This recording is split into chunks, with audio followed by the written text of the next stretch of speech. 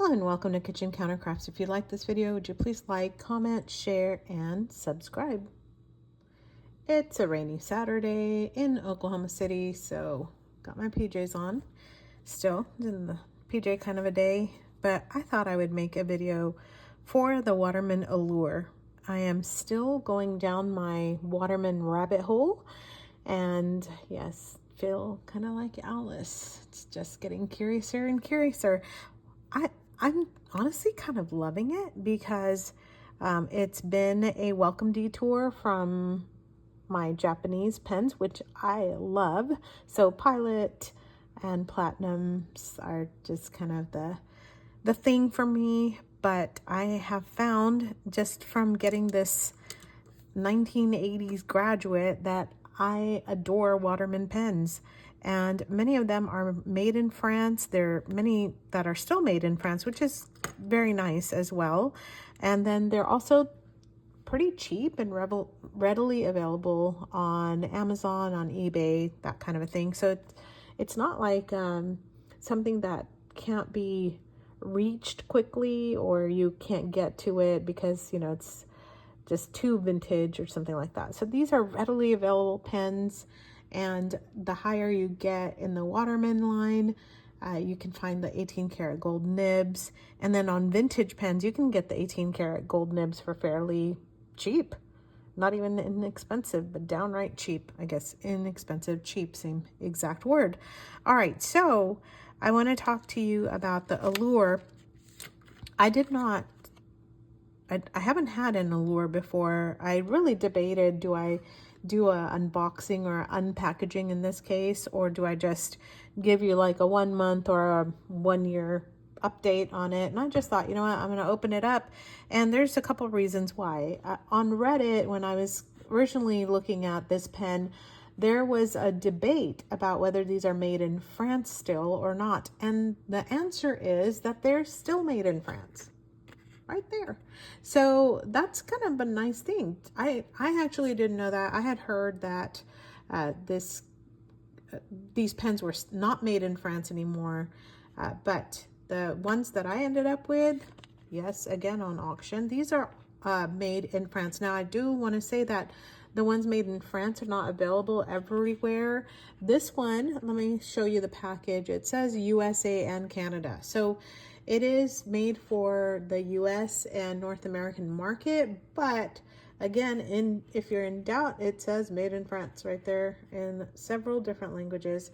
And so the Allure pen, it has a fine nib. It says that up here as well. So you don't actually get a pen variation at all in this when you're purchasing just kind of like the office supply store packaging. This packaging's pretty beat up, but I didn't really care. I got a great deal on it. So I don't mind beat up packaging. I do mind a beat up pen though. So again, just wanted to make sure that y'all knew that this is made in France.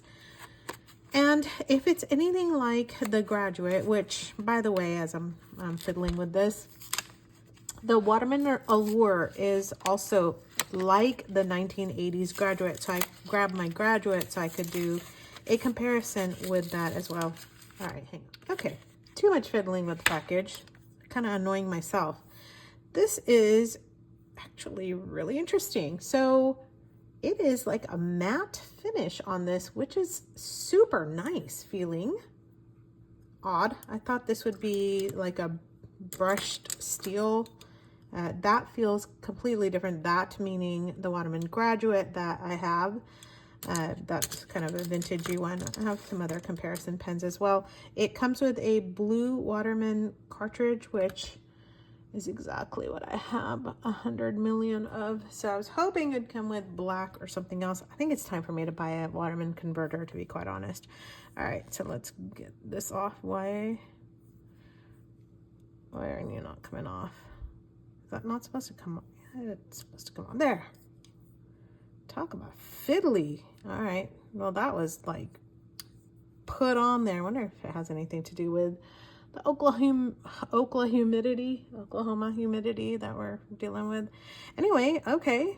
It's left like a big ring around my pen. I don't know if you can see it or not. I know, picky, but there it is. I can see it. Golly, I hate posting pens for that reason. It looks like it's got a little scratch because of it as well, but all right, I'm not gonna be too finicky here because again, got a good deal. All right, so there was also some talk on Reddit about the section being a little odd, but this one is a tapered one with a kind of a step down before it gets to the nib. The nib, as I mentioned, only comes in a fine, has a plastic feed. That doesn't, not anything too exceptional there. And then we are gonna find nothing in there because the cartridge is right here. And then pop that cartridge in. I have to say, pretty nice feeling pen. All right, so there's that. A lot of times I kind of give it a little thermometer. Oh, yeah, thermometer shake as it goes everywhere. All right, let me clean that up. As I gave it that great thermometer shake, I was reminded why I like to wear dark colors, because I'm always fiddling and messing with fountain pens. So there you go. All right, so again, not really too much here that's exciting. It does not have any kind of a finial or a W. How do I know it's a Waterman pen? Well, it's got a little W here for the Waterman logo, the Waterman hexagon, and then it has that split clip that is also Waterman. Why is this not, you can't see it, there we go. So there we go. Okay, so flat topped. Oh, and then it has Waterman. And does it have Paris on there? Oh, goodness, y'all, I'm having issues.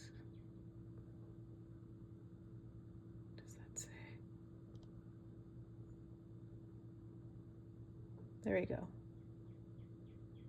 Fronts, okay. What was I looking for? There we go.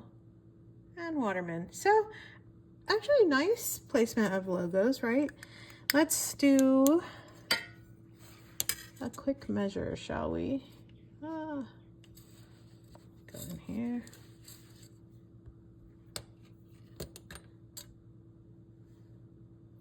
Back into focus, back into focus.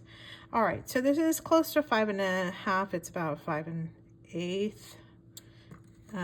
mark. And then that is the Waterman Graduate. And I have a video on that already. So this one, Allure, is sometimes called the Graduate, Allure / Graduate. I want to just caution you, there are separate pens. I believe the Graduate, the one I have, is like from the late 80s, early 90s. That one is, you can find it again on eBay or other places. Excellent writer, has not dried out on me yet, and I've been using it consistently for like several months, and sometimes not writing with it for a week or two and then picking it up and writing several pages with it, no issues. So this is the Graduate, or the Allure, and again, as I said, sometimes you hear that it's a Graduate, but it is not the original Graduate. So the original Graduate, if you want to take a look at it here, is tapered. It has it doesn't have a band, and but it is the same exact size with a flat top. So there's, I guess, that piece of it. Other people on Reddit have compared it to a Lamy, which I can see why. It has kind of the, well, this is a Lamy AL, which is an aluminum one, but it's got kind of that feel to it. But I think that's a plastic body and not metal. Is it? No, I think that is metal. Yeah, that's metal. Okay, well, never mind. So there's that. I think it's the price range. And then this is the Waterman Hemisphere. I'll put it here. The Hemisphere is a much more expensive pen, and I have a review on it if you would like to see it. Then one of my favorites, which is a Diplomat Traveler, really very similar to the vintage Allure as well as that Waterman here, but the nib is, you know, to be seen. Diplomat nib, lovely. and really enjoy writing with that. Now, I do have to say that that is about a $50 pen, whereas both of these are around $20. This one is more because it's an AL, but Lami's, Safaris, you can have them, you know, anywhere about 20-ish. 25 I think is probably more reasonable. Okay, so I have the Diplomat, the Hemisphere. This is the pen that I am reviewing right now, so I'll put that front and center. And then the Waterman Graduate, so you can see that it is just a hair larger than these. So still coming in at about 5 inches. Okay. Now the real trick, which is let's get these caps back on and get them out of the way. I was gonna look at the section here too. All right, let's look at the section for the Graduate and just do a very quick comparison of the two. Both are cartridge based. As you can tell, my vintage Graduate has a really interesting nib that reminds me of the Lami's, whereas the Waterman Allure does not. It's got a more standard Waterman nib with the stamping, which kind of looks like this one. Someone said that it is the same nib and feed as the Expert, but I don't know on that. I have not done enough research on that. If you know about the Expert and if you can compare it to the Allure, let me know. Again, I don't like posting, so let's do a test. Do it down here next to, no, I won't. I'm gonna do it up here with my other Waterman. All right, and now I'm gonna be quiet while I write with this pen. So let's see how this does.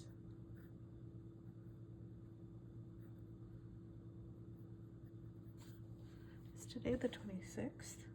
Ah, it is, got the date right.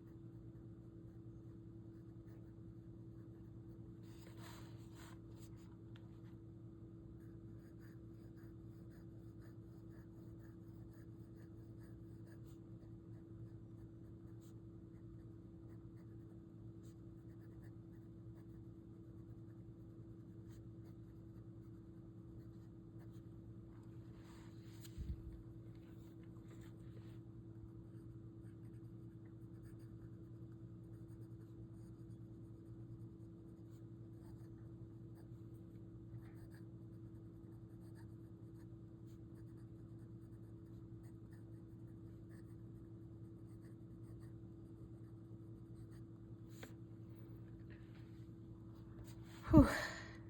That is a delicious nib. It really is. It's writing very, very smoothly. In fact, I would say this is comparable to my my Diplomat Traveler. This is incredibly smooth, and if it's anything like my Graduate, and I'll do another review on it like after more use, but this pen is pretty amazing, especially for the price point. So I understand why people are saying, well, this is something that they would recommend for people who are starting out in the fountain pen world, or just want something that they could toss into a bag and really not worry about losing or anything like that. The fact that it's not made in China is, I think, a very big bonus. I think that the pens that are made in France originally with the Waterman line, I think there's a lot of tradition that's, you know, associated with that, especially since the Waterman pens go way back. And I know it's not the same company now as it used to be, but there is something wonderful about these pens.